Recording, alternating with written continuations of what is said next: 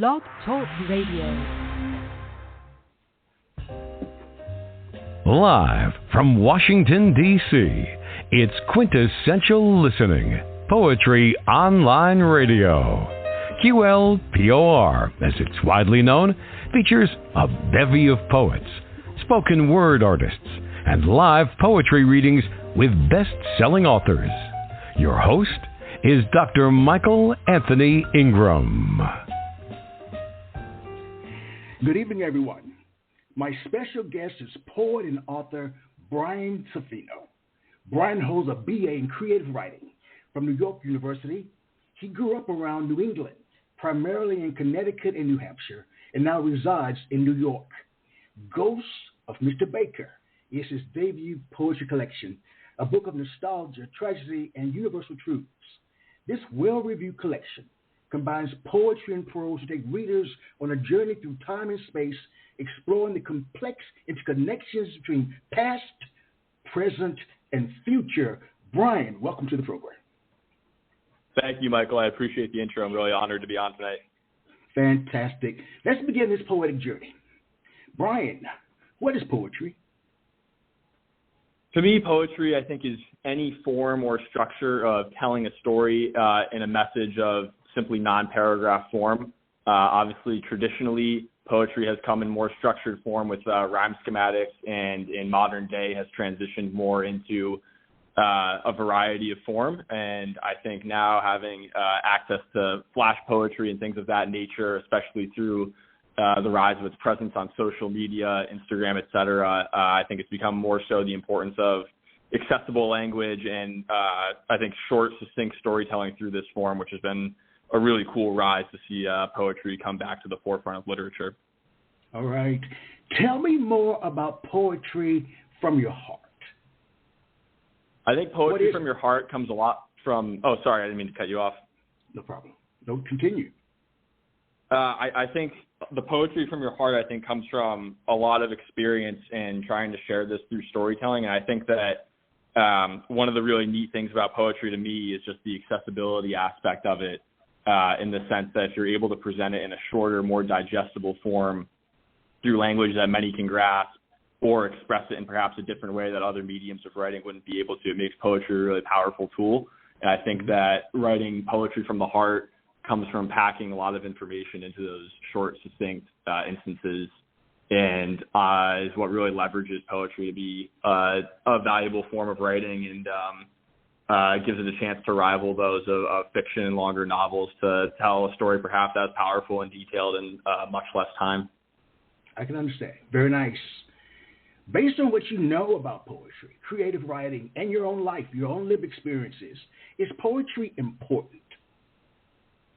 Yes, I think poetry is extremely important. I think that it kind of comes back to the overall theme of why is literature important, and I think that the answer to that, frankly, is both to educate people and to be a form of a therapeutical outlet for people as well. And I think that poetry accomplishes both of those and therefore makes it important. I think it's really important, especially in today's day and age of technology. I think that a lot of people, really smart people, have a tendency to, even in the news, only read headlines or just shorter clips of writing. And I think that has allowed poetry to have more of an importance again than it maybe had several decades ago. And I think that happens in the sense that people can read a sentence or two sentences and have it be very powerful without much more context and understand what someone's saying. And I think that serves for both purposes, both on whether it's current events or someone's lived experience that they want to share that may be relatable for others.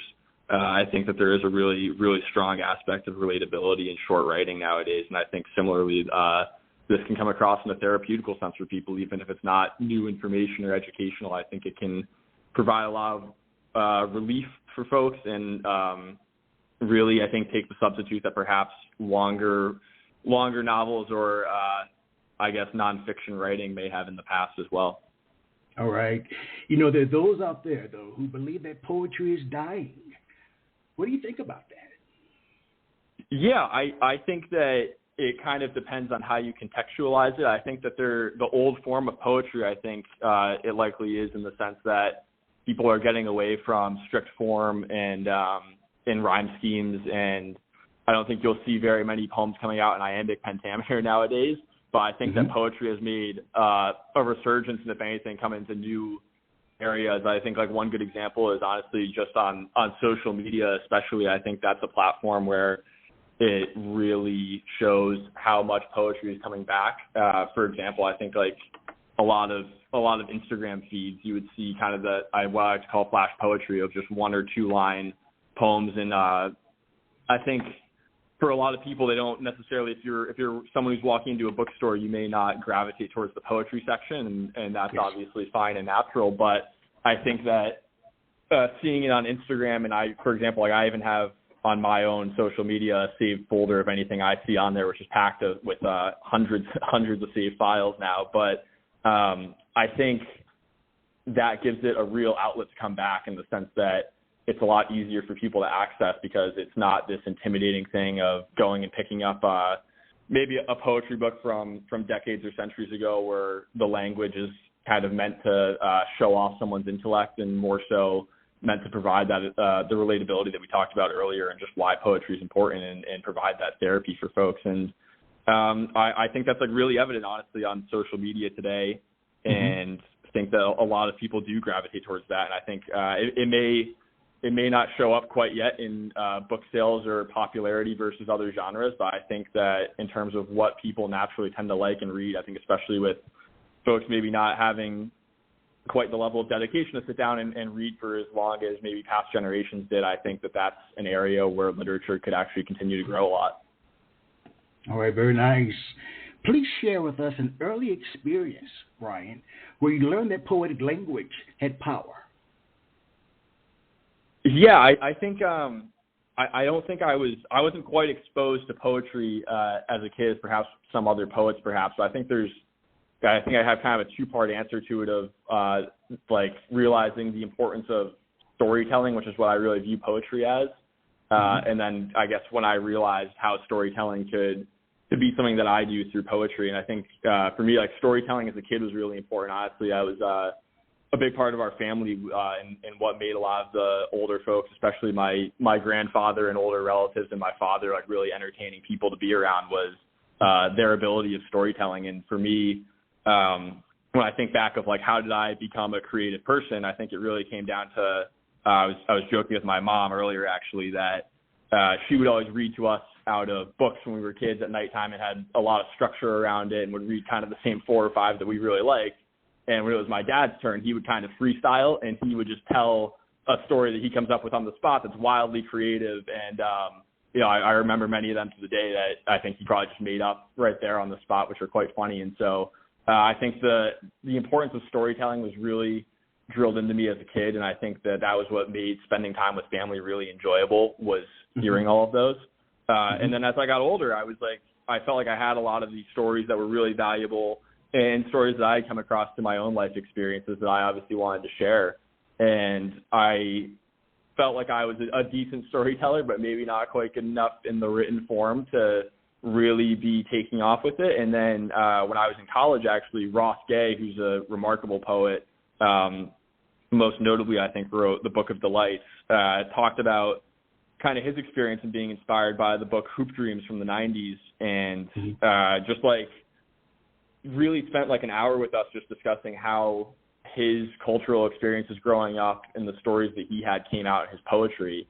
And that was the first time where someone had really, at least of a really accomplished poet, had spoken to us about how this was really just storytelling for them and sharing their own experiences. And I think that it wasn't quite as granular of a breakdown as I had heard from other poets who I looked up to at the time. And I think that was what really kind of enabled me to like go for it and start trying to write stories that I had felt in poetic form. As it took it away from being this really intimidating thing and made it more accessible for people that, especially reading his Book of Delights, I think that really showed me how you can be successful in storytelling through poetic form, and that they don't necessarily need to be bifurcated. And it honestly just kind of got me away from, as much as I really love reading Robert Frost and Walt Whitman and people from that generation, it showed me the value in taking stories that maybe in the past may have been viewed to been told through a different form and put them into poetry and give it a try.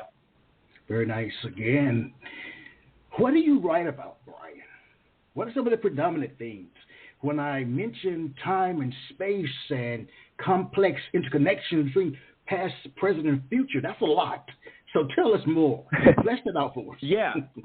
Yeah, I think it kind of continues down that path of just writing about experiences and things that I felt growing up, and I think I focused a lot on teenage years, just because those I think are when most people, especially myself, face the highest volume of challenges, I suppose, and probably like to that point in your life, the highest severity in terms of what you view as important.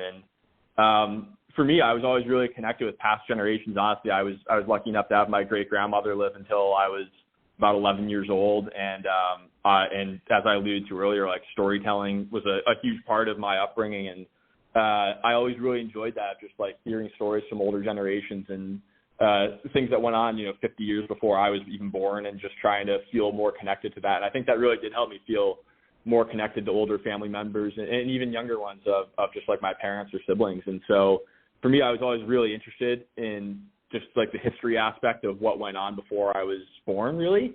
And as I went through high school, I had shared a school with Hobie Baker, who, which most people likely don't know, is the equivalent of the Most Valuable Player Award for college hockey is named after him. And I played hockey through college for New York University, and it was a really big part of my life, honestly. And learning more and more about his story, I felt more connected to him, more connected to the space, and trying to make sense of someone who you idolize and learning more about their story that's really flawed, honestly, just kind of explained a lot of questions I think I had at the time and that age. And, luckily I was able to be exposed to people who showed me poetry and the value that can have and make an impact to share those feelings that I had and the takeaways. And, not the only thing that I've really done poetically, but probably my favorite. And I think that was a story where I really got to dive into all these things that have been important to me growing up from a literary standpoint of the storytelling that I had been exposed to from, older people in my family as a kid, and then learning more about history that I felt connected to. And then luckily through being shown the way, I suppose, by Ross Gay, just being able to find a way to express that poetically. And this is where I landed, I suppose. I read about your playing hockey. So you're a superstar. All right. Certainly not a superstar, but tried to do my job. Well, you're the first hockey player that's ever been on this program in 400 guests. So that makes you special. That makes you a superstar, my friend. All right. Your book, Ghost of Mr. Baker. Tell us about what inspired it. Yeah, I was in my senior year at NYU, just taking my capstone poetry class, which was my focus within creative writing, and I was trying to figure out really what to write about, and that was initially just for basically the assignment was a manuscript over the course of a semester, and I was struggling to figure out what to write about. I started writing about just the process of growing up and kind of along the same themes that I had discussed earlier. Like we had grown up a little bit in New Hampshire as well, primarily in Connecticut, but in New Hampshire we were neighbors with my grandparents actually, and so that was a really big part of my life. And my grandfather, who I was quite close to, had passed away about 18 months prior to the start of this project, and so I started focusing on that and trying to write about all that meant to me, and honestly just kind of sorting through the emotions of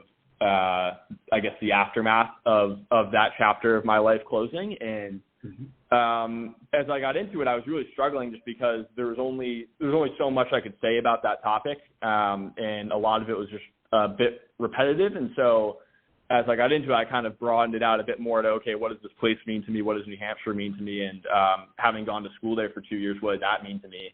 And as I kept going, I kind of stumbled into this Hobie Baker being part of that, which initially I don't think was really the focus, but I always felt this weird, strange connection to him. And so I continued writing about that, and I ended up at first writing a poem about it. And my professor, who was Zane Koss, who's another poet, gave me the suggestion to maybe try breaking out of form and trying to do more creative tribute to him. And so that led me down the path of writing a letter, which closes the chapbook. But as I wrote that letter, it made me realize how much substance was there and how much I hadn't explored in that topic. And so that's what really led me down the path of starting to find out more. And I knew a lot of his story just having read his biography before and doing extensive research just through the school and through other people who know a lot about him and then internet research as well. And as I compiled more and more, it just became more of a fascinating story. And so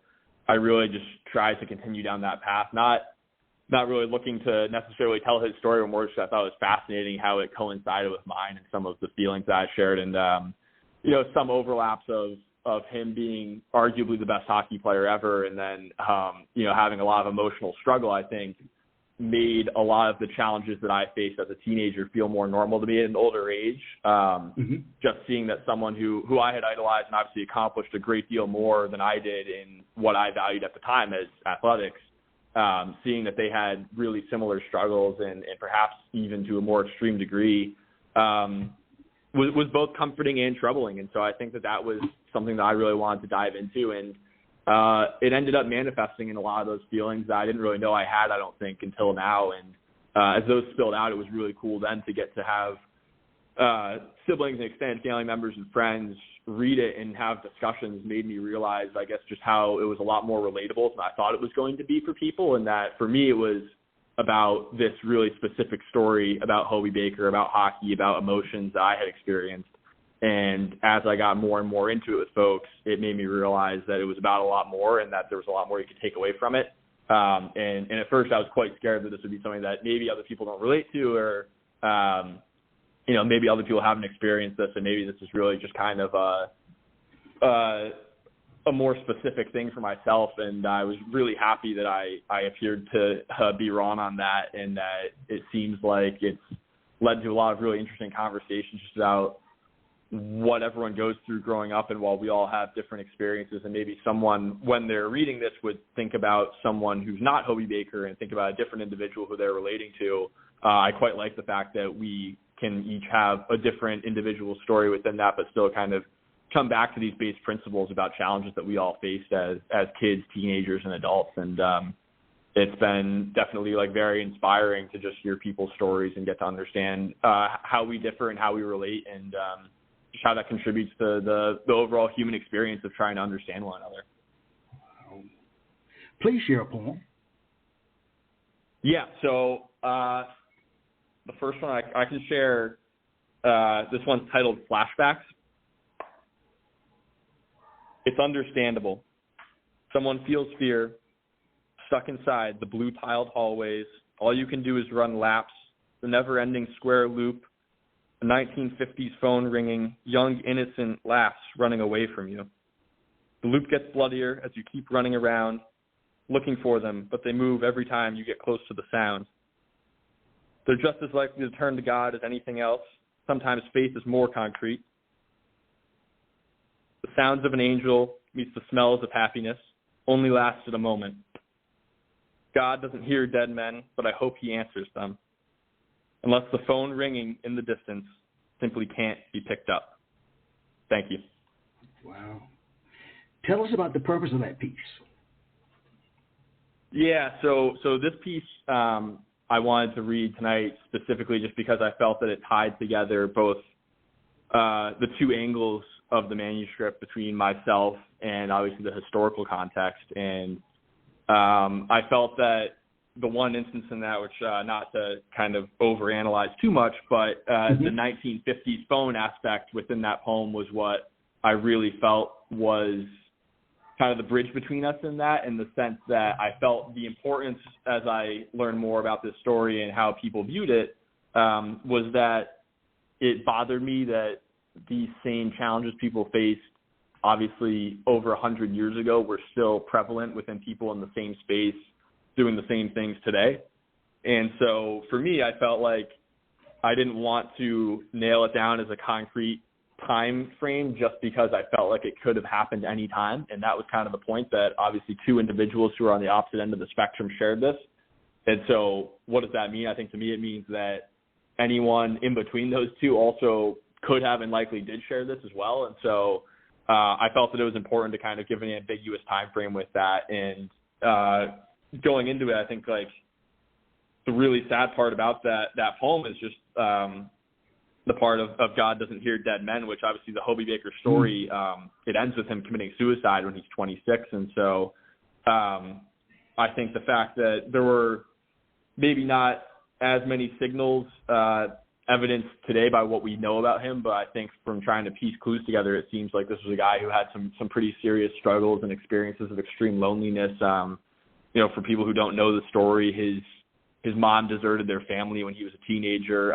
His brother ended up having to leave school so they would have enough money to send him through school, and it was really the first time when he was alone, and I think he was alone for a long time. And then as he got into adult life, was engaged as he went off to World War I, and then was deserted by his fiancée, which by many accounts seems to be the final nail in the coffin for him of really just not being able to handle what he had gone through at that point. And when you kind of think about that story starting at age really 14, I think, when his mom left their family after the financial panic of, I believe it was 1908, it's just really sad of like how long he really went through this. And for someone who was such a famed figure and people not really recognizing it, it was alarming to me. And so I felt it was important to allude to that. And I felt that that poem was probably the high-level encapsulation of just everything that this was about. Obviously, other poems kind of dive into more particular aspects of that, but that felt like the overarching one to me.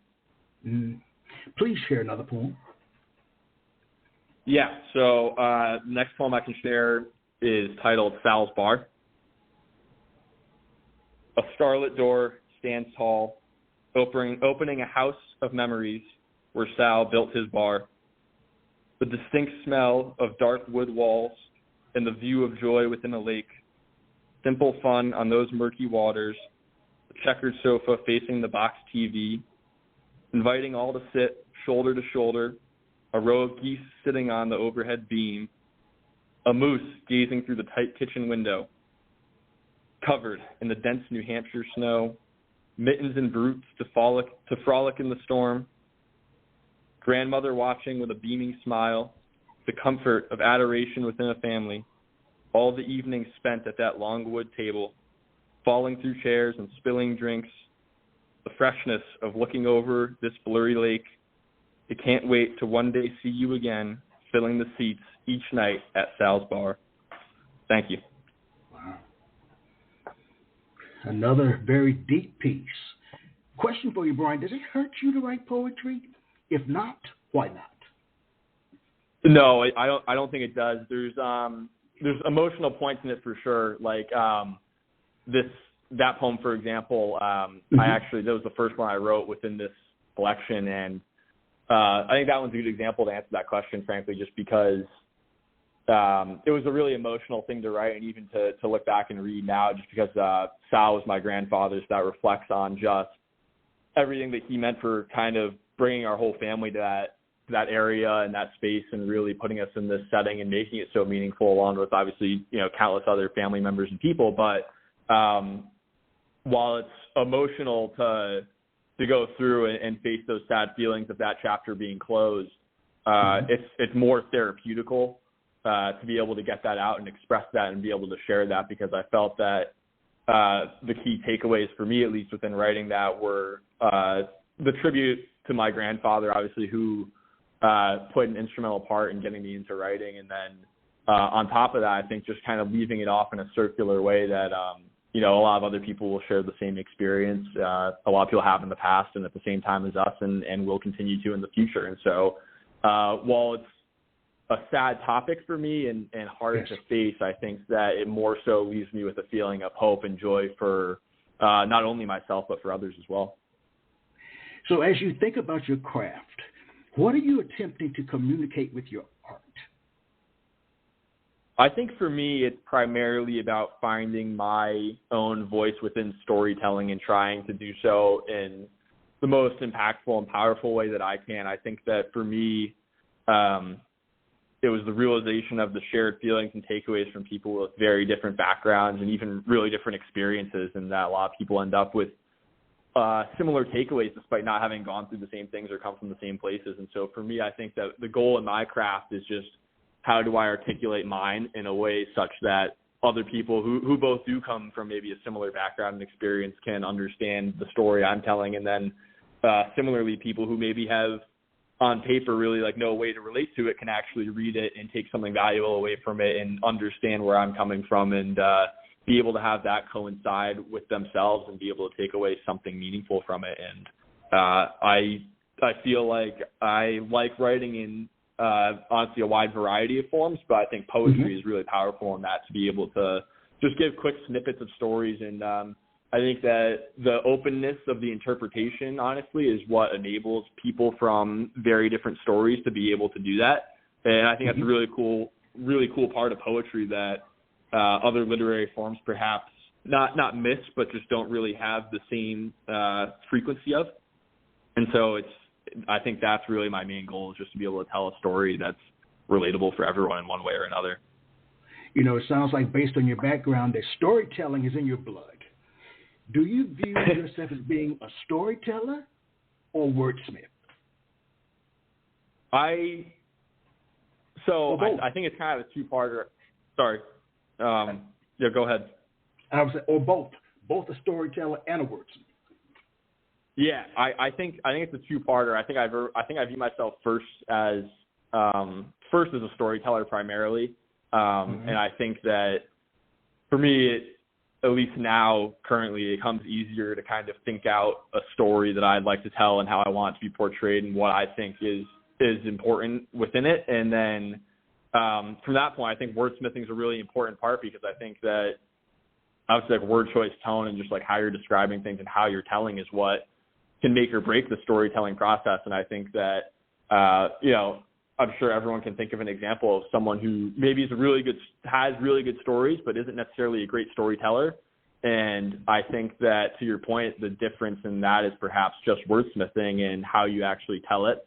And so I think that you really can't quite have one without the other. And so I think I definitely view myself primarily as a storyteller, and, like to think that I work out the wordsmithing to get there. But obviously, I think they rely on each other a bit.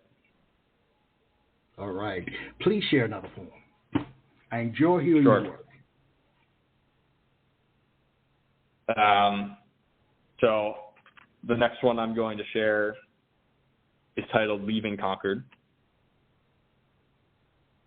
An old guy sitting in a bar asked me if I had considered the prospect of living alone. I had to summon the confidence needed to hear goodbyes, another brief chapter without answers. I packed up my room and heard the songs she used to sing in the shower in my room by myself, my thoughts, 3 bags and 6 hockey sticks that kept me safe all these years. A one-way ticket to somewhere unknown, experience robs me of the hope that I'll ever return. Church bells ring for those that are easy to leave. I swore I'd never run away, so God bless the broken force that always brings us back. And the tune plays on. We're on our own trip, falling in love by the milligram. Pay no attention, no intentions can keep us from getting out of hand. So resistant because we know that we are so content to sleep where we land. Thank you. Wow. As I'm looking at the cover of your book, tell us about the creation of it. What was that process like? Yeah. It was really cool.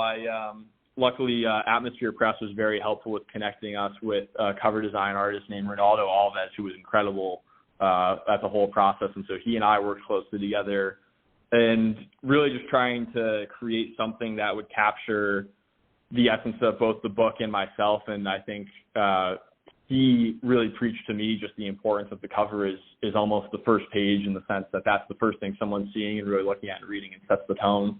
And I felt that some key areas of this were just obviously the school of the shared space of Hobie Baker and myself, and then just the surrounding region of New Hampshire, the feeling of wintertime. I think that the pond and the lake was an important aspect, both from having grown up on the lake and then also obviously spending a lot of time skating on the pond. And while the book isn't, of course, not about hockey, hockey plays a big role in the connecting here.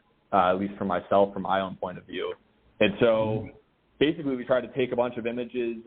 We took like images of the lake, images of the school, images of just like certain areas of New Hampshire that seemed to really capture this. And then, he worked the magic and he ended up with this cover, which is not a picture of anywhere in New Hampshire actually, but just kind of his creation of what those all represented and trying to combine those images.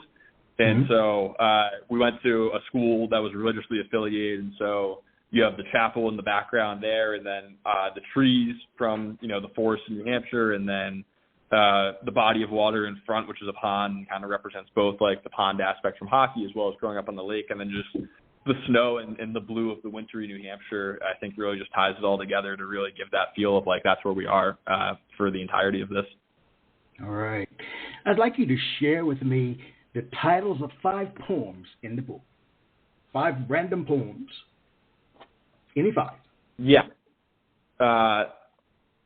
So 5 titles that I quite liked were The Eve of Spring, Can You See Me, Frost on the Ground, Voice Like an Angel, and Dear Hobie. All right. So when you're titling a poem, Brian, what is important to consider in that process? What comes to mind? I think it's in a way similar to what Ronaldo's point around the cover was. It's just that that's almost like now that's the first line in the poem to some extent.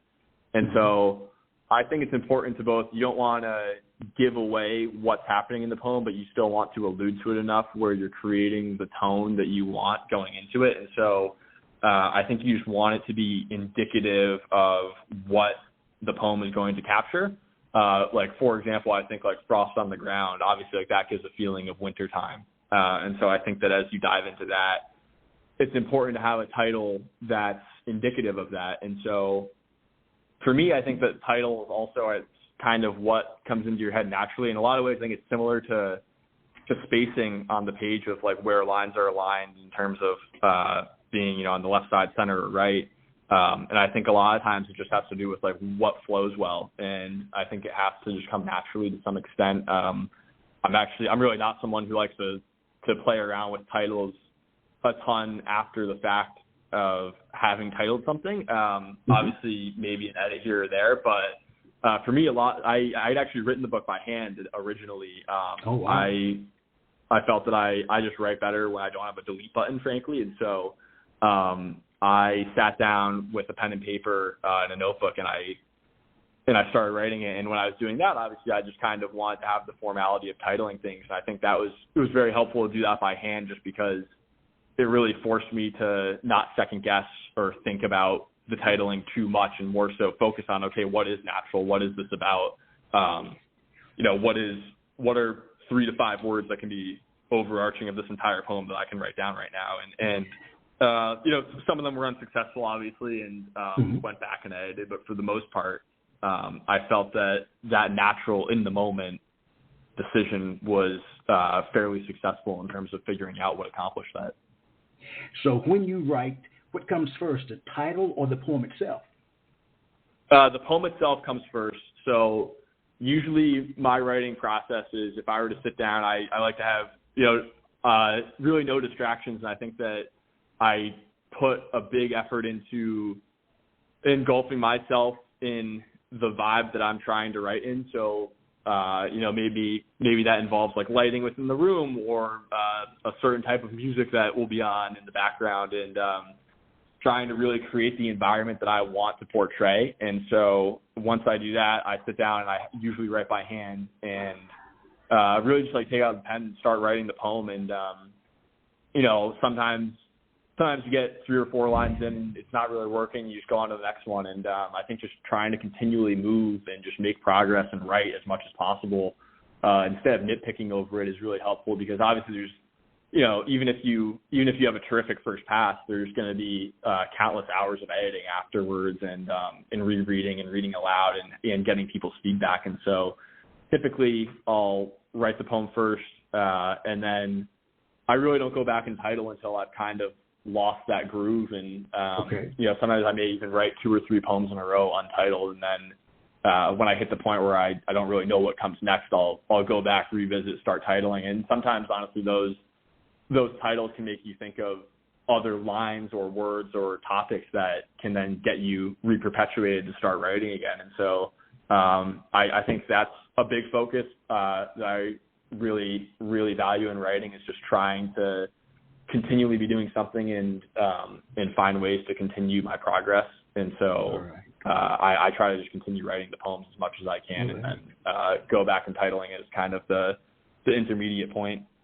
Okay, we're going to take a brief break, but here's a question that I'd like you to answer when we return. Here we go. How does a poem know where to go? Do you lead, or does it lead you? All right, we'll be right back.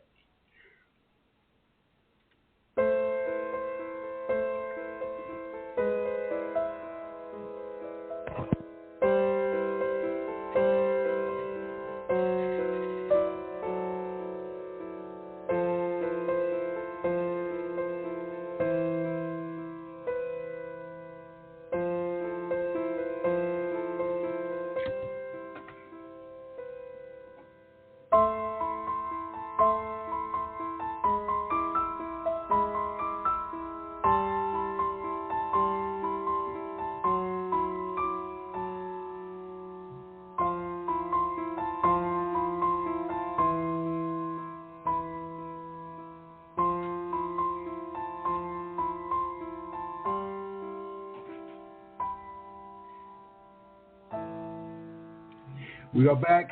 I am Michael Anthony Ingram. I'm here with Brian Zaffino. Brian, when you write a poem, who leads, you or the poem?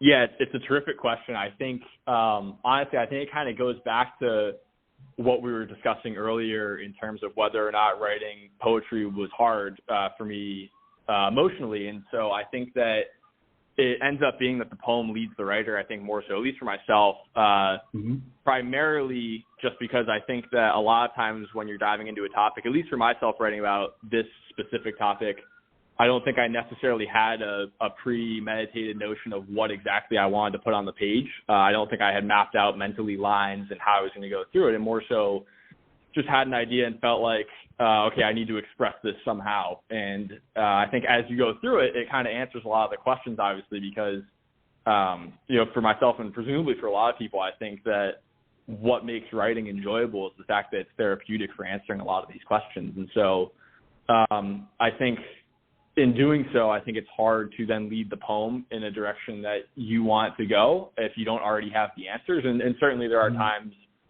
where you do have the answers. I think like the poem of my grandfather is probably a good example where I am leading the poem to some extent of, I know this is what I want to discuss and I've lived this and this is how I want to portray it, but also still at the same time, you don't totally know where that's going to go or what those feelings are going to happen. I think if you may write 4 lines and then, get hit with a wave of a certain emotion, and that's what you need to express now. And so I think there's certainly some extent of planning that goes into it and knowing what you are going to write about and generally how you're going to get started. But I definitely, at least for myself, I quite enjoy letting the poem guide me, and a lot of times surprises yourself of just going into an area that either you didn't plan to or you didn't even know you could. Yes. Please share another poem. Sure. So I'll share Frost on the Ground. Mornings are rough. Hair freezes on the walk to the chapel. There are 2 kinds of people in this world, and you're neither. In the car headed home, she asked if I ever considered turning around. Stains in my eyes flooded my heart. Soon enough, all the songs went away, and the echoes of silence filled the town, still always coming back to you. Cocaine costs twice as much as whiskey. Better to drink the fear away. With all the other townies, I judge worse than anyone. I pace and I drink and I repeat memories in my head. And the songs we sang still rang in my ear. Convinced I might be clean for a day, experience tells me you'll never return. Thank you. I think I'd like you to share that one again. I really like it. Frost on the ground. Mornings are rough. Hair freezes on the walk to the chapel. There are two kinds of people in this world, and you're neither. In the car, headed home, she asked if I ever considered turning around. Stains in my eyes flooded my heart. Soon enough, all the songs went away, and the echoes of silence filled the town, still always coming back to you. Cocaine costs twice as much as whiskey, better to drink the fear away. With all the other townies, I judge worse than anyone. I pace and I drink and I repeat memories in my head, and the songs we sang still rang in my ear. Convinced I might be clean for a day, experience tells me you'll never return. Thank you. Wow. What was your strategy, Brian, for organizing the poems in the book? Was it sections, chapters? Talk to me. What did you do? Yeah, so for this one in particular, I felt like it was even more into that extreme of storytelling. And so in terms of organization, I had gone through, and obviously, as I said earlier, just like starting this with being a little bit of a different goal, I suppose, or different vision in the project. I had portions of this that had been written about myself growing up in New Hampshire in that area. And so obviously when I had handwritten this in the notebook, these were all in a very different order. So then to your question of like, how did I then put these into the order that I actually liked, it kind of came down to how do these then flow together, and how does each one kind of serve as a stepping stone towards getting to the end? Because I knew, and the end is a emotional 4-page letter from myself to Hobie Baker. And so I knew that was the end goal of kind of where I wanted to conclude.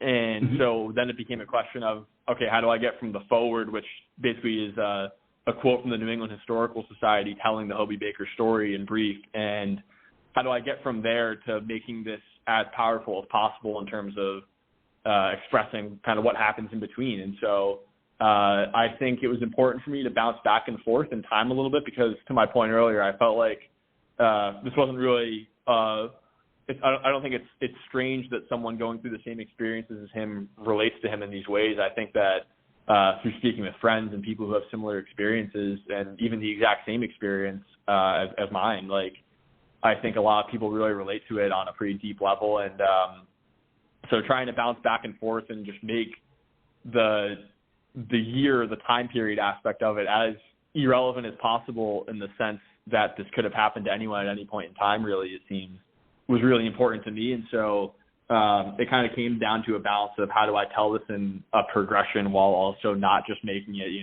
okay, here's the story from the early 1900s, and now here's the story from the early 2000s. And so a little bit of back and forth, and just trying to continue progress without making it linear. What I like about your work is the accessibility.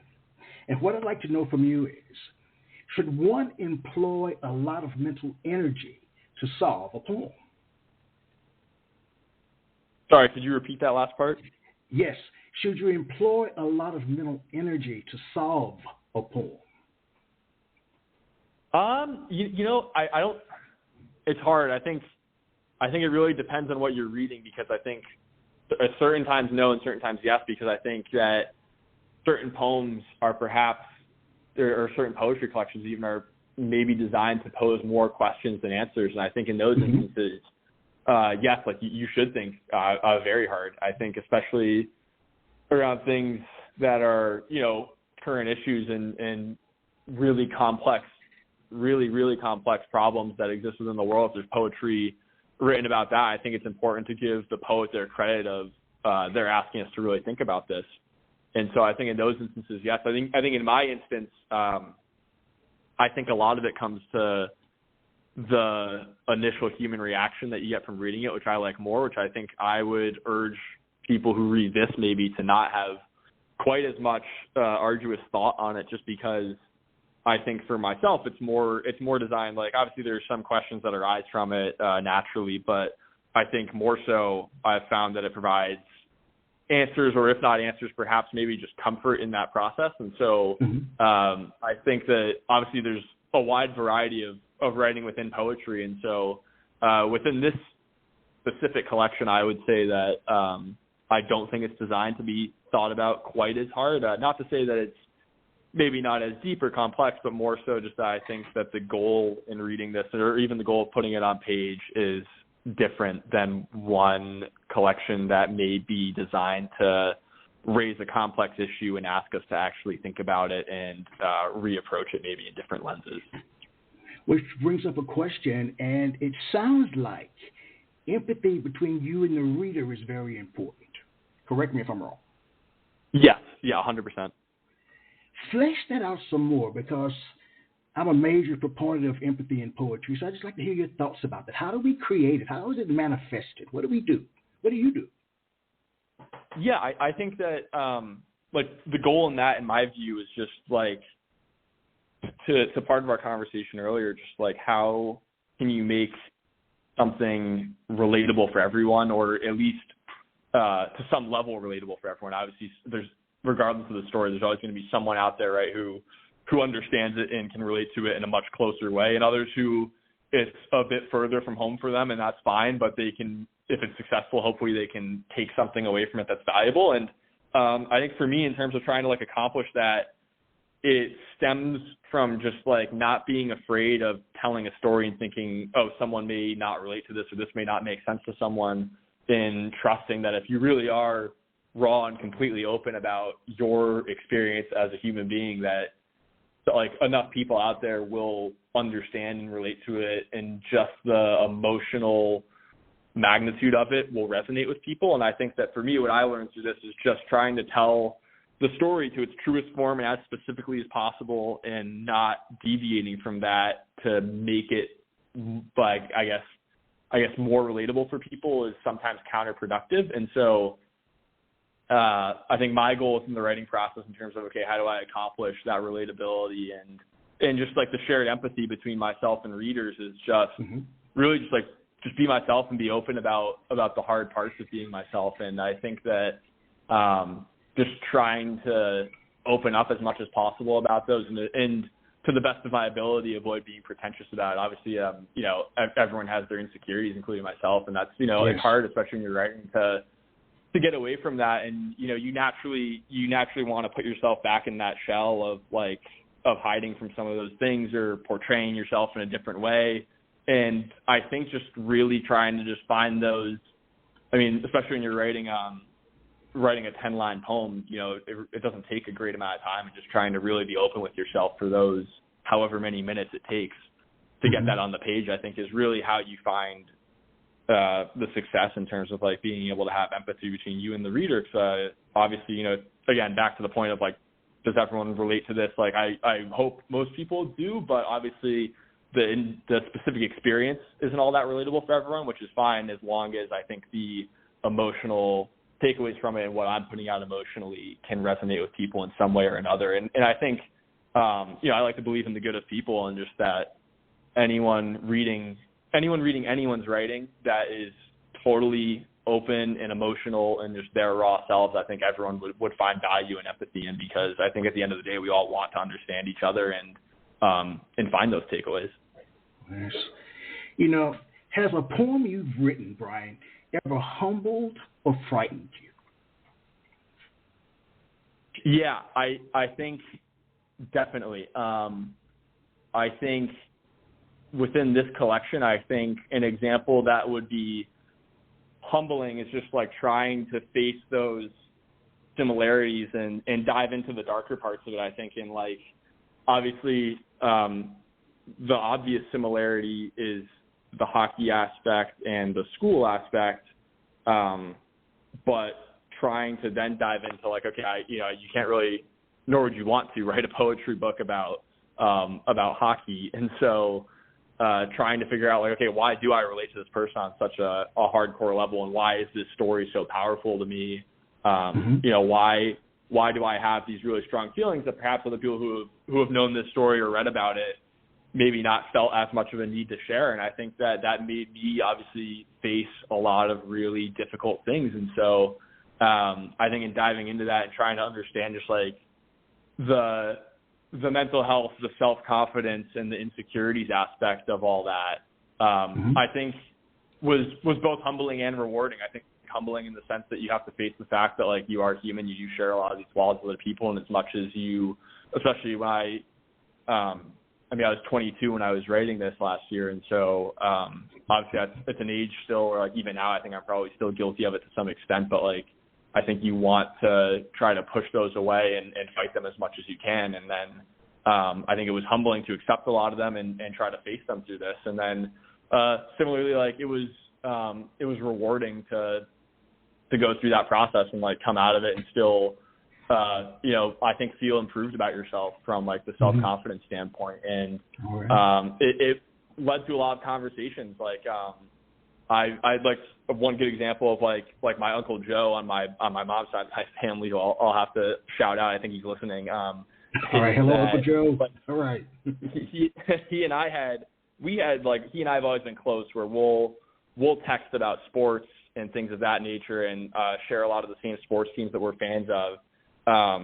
But had never really talked about, like, a lot of really deep emotional things before. And that's not to say that we didn't want to have that relationship. I think it just hadn't really come out naturally. And so, like, an instance like that, where this kind of derived from sharing writing, and then he shared writing back with me, which was equally powerful. And having that experience of being able to expand the relationship like that, which obviously that's not the only example, but just the one that I wanted to share, was really rewarding in terms of, like, people who I already felt really close to, being able to grow even closer to through this experience of just having conversations about this. Because I think just, like, reading it and putting these things out there, just, like, not necessarily forced, but made it more natural for family members, friends, and even people who I've never met before to have conversations about topics that, usually wouldn't come up at the party, I suppose. So it's been very rewarding in that sense. All right. Please share another piece. Sure. This one is titled Voice Like an Angel. She said she'd heard I had a voice like an angel, but I don't really sing anymore. Jealous innuendos weren't the type of sounds for me. Rumors of awakening always too soon heard. Fairy tales hiding warnings, happy endings quick to pass. If I still sang, it would never be alone. It'd be in a bar where nobody would believe the stories, the audience of 60.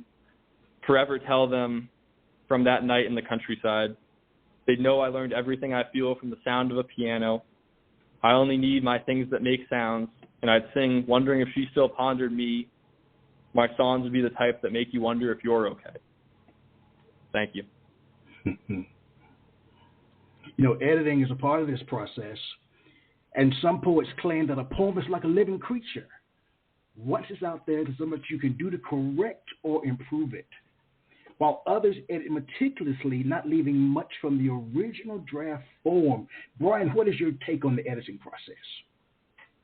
Yeah, I think that it can differ from poem to poem, and I think a lot of it's just what feels natural. And I think I agree with that it is a creature, and you can only change it so much from its initial form. But part of that is working hard at the change and trying to get it to the best point possible. And so I think that I think it's really difficult to change the substance that's on the page, right? I mean, from our discussion earlier of, like, the poem leads you down a certain path, and if the creature's led you to that point, that's where you are, and you have to live with it. And so I think it's hard to regenerate and change what you've written, but I think you can play around with it quite a bit. I think word choice obviously is the big one that everyone it's probably the first edit everyone makes, of just going through and circling, maybe I didn't like this doesn't come across the right way as I read it out loud, or whatever it may be, and playing around with that. And I think on top of that, I think spacing is another really big one. And I think just understanding the fact that obviously while there's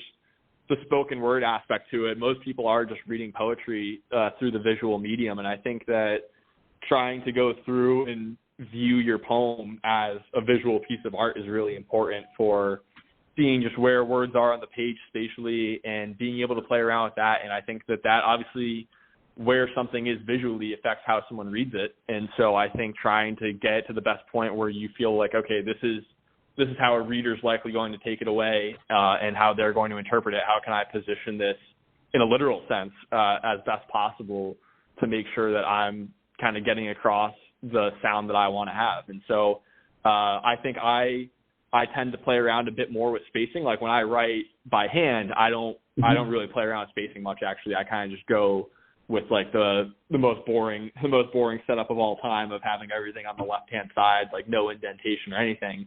And then once I have that substance, I have to play around with it quite a bit. And I think a lot of it's just like trial and error, frankly, of like, how does it look when I move this over here, and then read through, and maybe you like it, maybe you don't, and you just kind of keep going through and, over and over again. I think a lot of it is, I don't know if it's necessarily patience, because it's not something that you're ever really getting frustrated over, at least in my experience, but more so just taking the time and like really like sitting down and just having a dedication to working slowly to really be meticulous about every aspect of that. And there's more to it, obviously, of font, size of the words, italicization, bolding a word, maybe like using the informal of a word of knocking the last letter off or something like that. And so I think there's a lot of playing around that comes with it. And I think that I honestly think a lot of it just comes from trial and error and seeing what looks good to you and trusting your instincts on, okay, this feels better, this feels more natural, or it doesn't, and you revert back.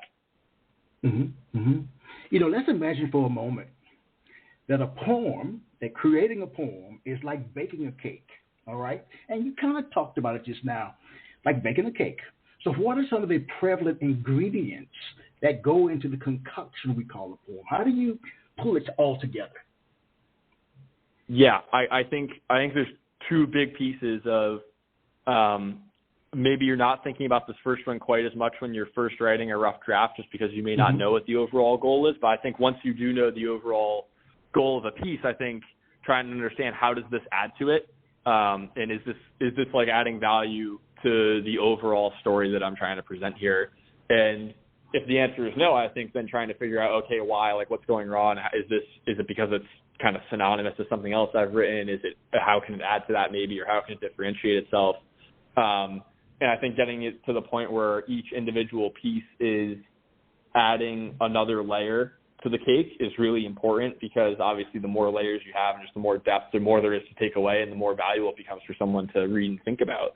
And I think number two is probably a lot simpler, but just like, is there really raw emotion that hits hard and feels like did it feel like you really had to kind of dig it out? Because I think that something that's surface level just honestly may not be quite as powerful. And that's not to say that things that are easy to think about or easy to write about are less powerful at all, because I'm sure there are a lot of examples that would counter that. But I think just trying to really, really focus on, is this something that if I were to share would spark a conversation emotionally if it were me and one other person sitting in the room, and would it cause us to talk about this? Or is it not quite heavy enough that someone may just brush it off? And so I think trying to understand just the impact of what you're writing and like what would this make me and someone else talk about, regardless of who it is. I think those are the real key drivers for me in terms of understanding like what I'm going to focus on writing about in a particular poem, and then moreover in the whole collection.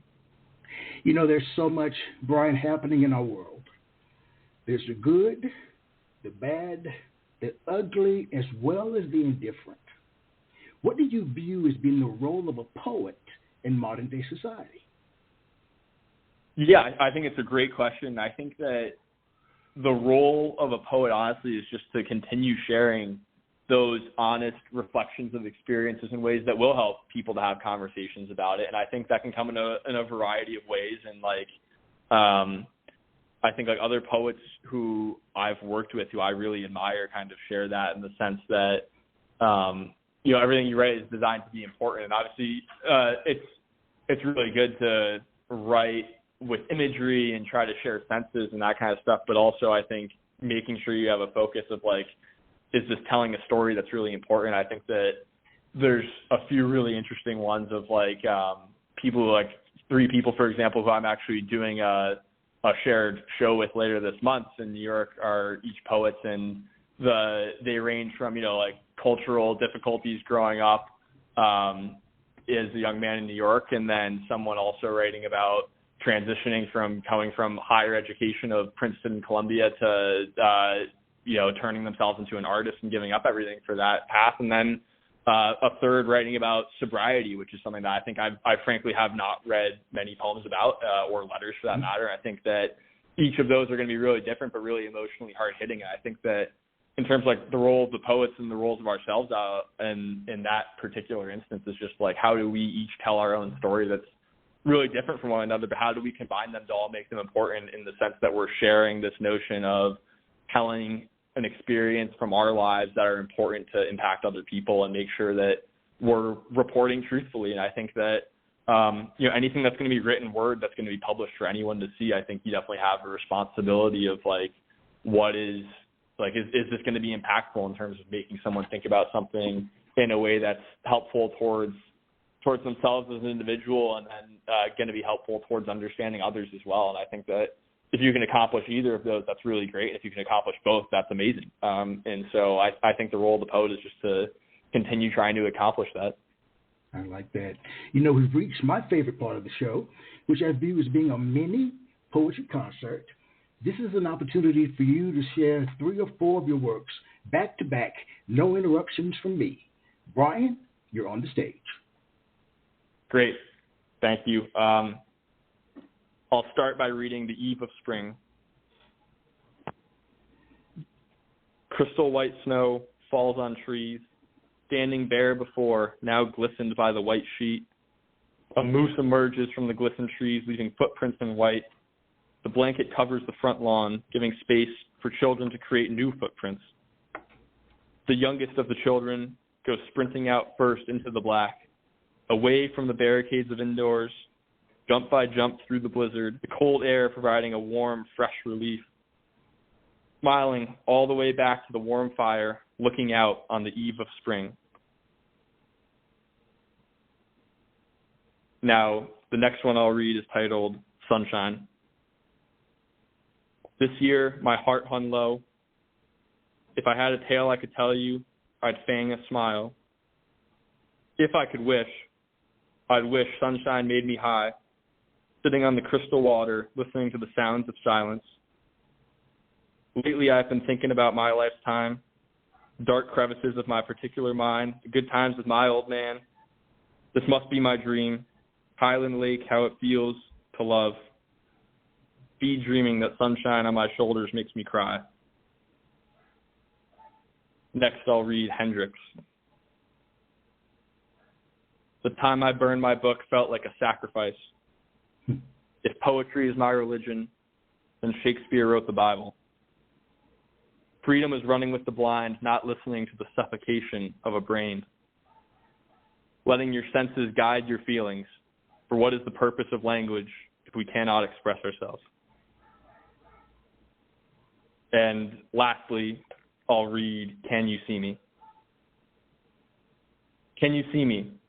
Looking at the future through your NASA telescope life gave you, sitting by the window of a candle-lit, four-cornered room. Can you hear the sounds of tomorrow dancing across the sky, landing in the sharpness of the heart, telling us that it's all here today, and I'd love it if we made it. Thank you. Brian, what do you think your work conveys about the human condition?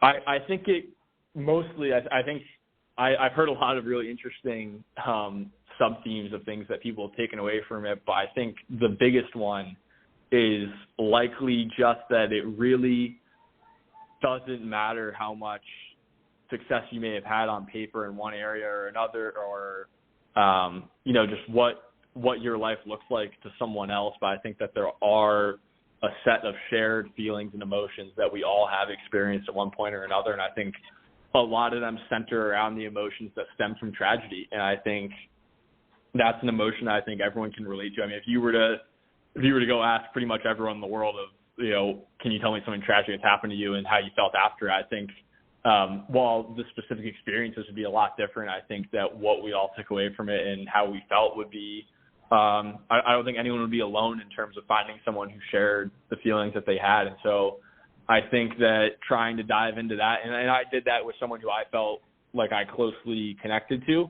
And I think that was helpful in terms of helping readers not necessarily try to view this as relating to the same person that I did, but more so taking those feelings that I derived from it and hopefully then reapplying that to thought and feelings towards someone who they do share that towards, who, whoever their version of Hobie Baker is. And I think that was, in hindsight, I don't know that I really recognized that when I started writing, but now that I've concluded the writing process and been able to speak with people about it, I think that is really my primary goal in terms of continuing to tell this story now.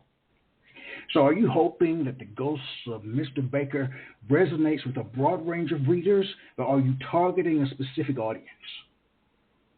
I think I more so hope that it targets a broad range of readers, primarily just because of that aspect of how I do really truly feel like this is relatable on some level or another for really everyone. I think that there is an element of an incredibly small sect of people who have gone through not like the identical experience of this, and part of that is for them, and part of that is trying to help make sense of it and understand that better. But definitely not the only audience I'm focused on at all. I definitely think that I probably even more so enjoy the conversations with people from completely different backgrounds who have taken something away from it and trying to understand how they overlap with each other and how they relate to each other. And it's I think the coolest part of it is just trying to like see how you get from point A to point B in those conversations of how two people who have very little shared experience can share these emotional takeaways. And so I think that broader audience is more intriguing to me, honestly, and just kind of seeing what comes out of it. And it's really cool, too, of that.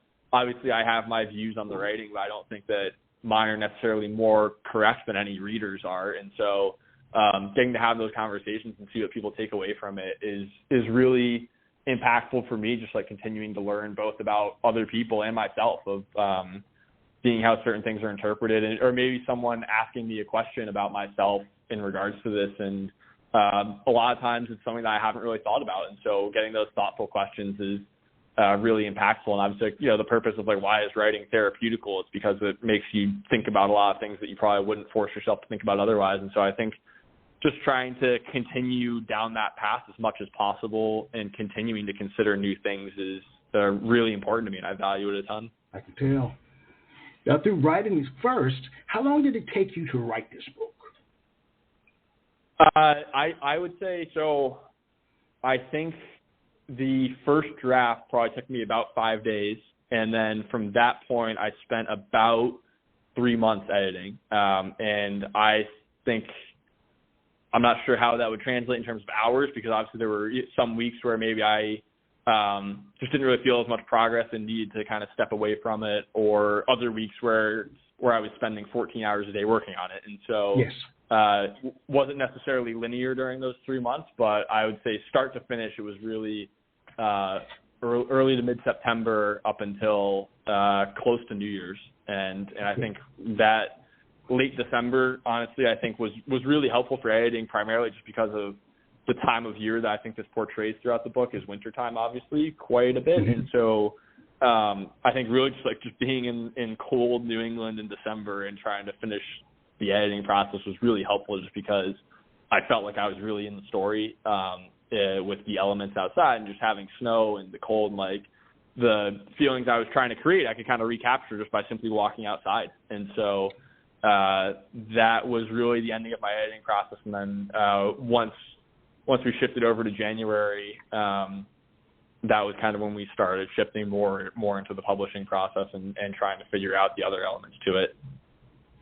So when you completed the process of writing the book and it's published, what do you think you learned about yourself, my friend? Who are you as a consequence of writing this book? Yeah, I think I learned about myself that I think that I feel things on a really deep emotional level, and that things that other people go through and are telling me about, and like and whether it's someone who's telling me a story face to face or reading about it, really gives me like a great deal of just like trying to understand them and like trying to really feel what they're feeling. And so I think that for me, trying to like, one thing I learned is just trying to lean into that more. I think that's something that in the past maybe I was embarrassed about or or didn't feel quite as comfortable leaning into someone else's story of fear that I may be like ridiculed for, trying to maybe have my own hypothesis of it and being wrong. And I think just trying to like really make an effort to dive in head first more so, and just like really take other people's stories and try to figure out how they relate to myself, because obviously like a big inspiration for this story was someone else's, and like someone else who lived 100 years before me and I've never met or never spoken to. And I think just trying to take advantage of like other people who I do have the chance to talk to and learn a way more detailed account of their life stories. And obviously there's emotional takeaways from people alive today who I think would have as strong, if not much stronger of a reaction than this one. And so as much as I love this story, I think just recognizing that there's other equally powerful ones out there, and just not necessarily like, looking to find them, but being open to just leaning into conversations and trying to recognize when I do feel perhaps scared or insecure in those situations, yes.